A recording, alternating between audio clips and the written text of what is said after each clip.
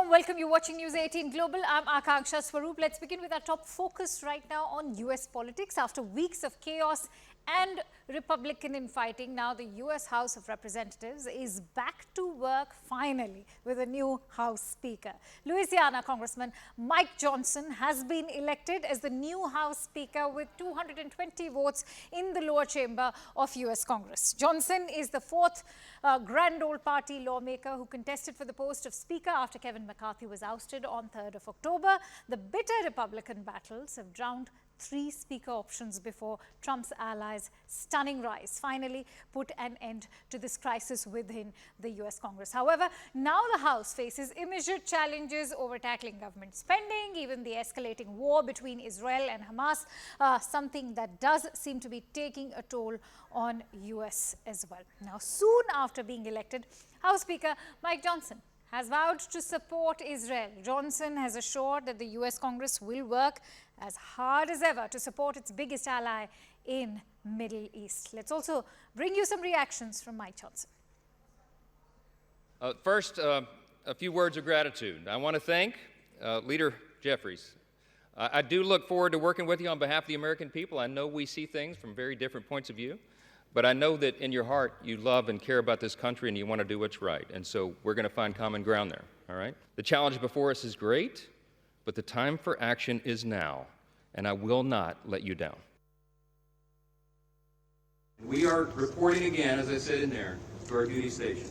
That will begin in just a few moments. This entire group is going to go back to the House floor, and we are going to pass our resolution in support of the nation of Israel. You're going to see an aggressive schedule in the days and weeks ahead. You're going to see Congress working as hard as it's ever worked, and we are going to deliver for the American people. I'm grateful for this opportunity.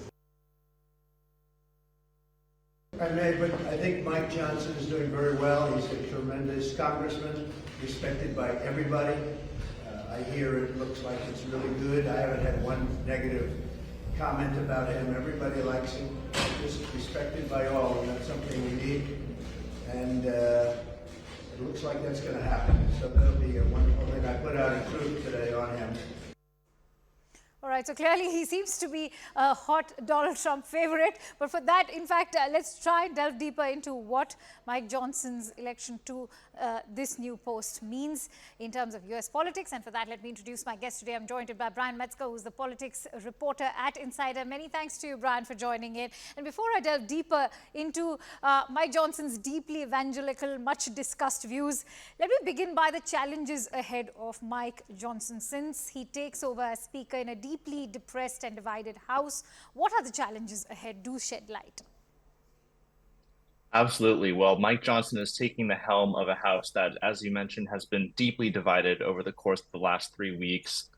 There's a lot of healing, I think, that needs to take place within the Republican conference, but there certainly won't be a lot of time for that because there's a lot of items on Congress's plate in the coming weeks. Government funding is set to run out on November 18th, and at that point, if lawmakers can't agree on a solution to fund the government will shut down, which would be a rather chaotic outcome and something that would have ricochet effects across the American economy. In addition to that, President Biden has requested supplemental funding for the government.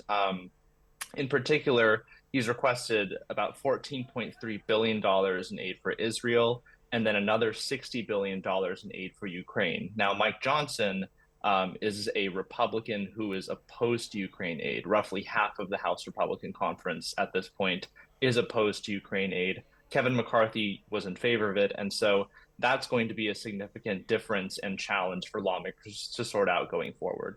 Right, Brian, much of the grand old party's base is of the view that House Speaker Mike Johnson opposes abortion rights, even gay marriages, and they are saying that this is irrelevant and gets overshadowed by how cleverly he overturned the 2020 election results. How will his appointment now impact the Republican Party's image?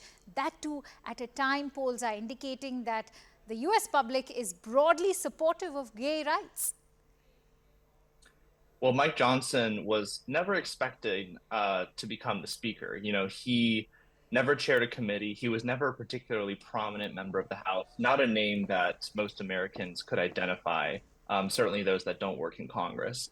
But yes, he's someone who comes from the evangelical wing of the Republican Party. He's a deeply religious conservative man, and his views on abortion and gay rights over time have largely aligned with that. You know, back in 2003, 2004, he wrote a number of op-eds in local Louisiana newspapers arguing for the criminalization of same-sex relations. And this is something that was, I think, even a bit out of the mainstream at the time and certainly is now.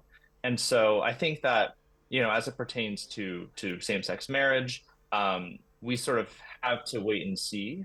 He hasn't spoken to reporters directly since he was elected yesterday. And so I think there are a lot of questions over how he'll approach those issues now that he's in the speaker's chair. And when it comes to abortion, I mean, he is someone who is very enthusiastic about the overturning of Roe v. Wade that happened last year. He is opposed to abortion. He has supported abortion bans, regardless of the exceptions of life, incest, and rape. And so, I think this is something that Democrats are eager to hang around the necks of Republicans, particularly those who are in districts where President Biden won in 2020. All right.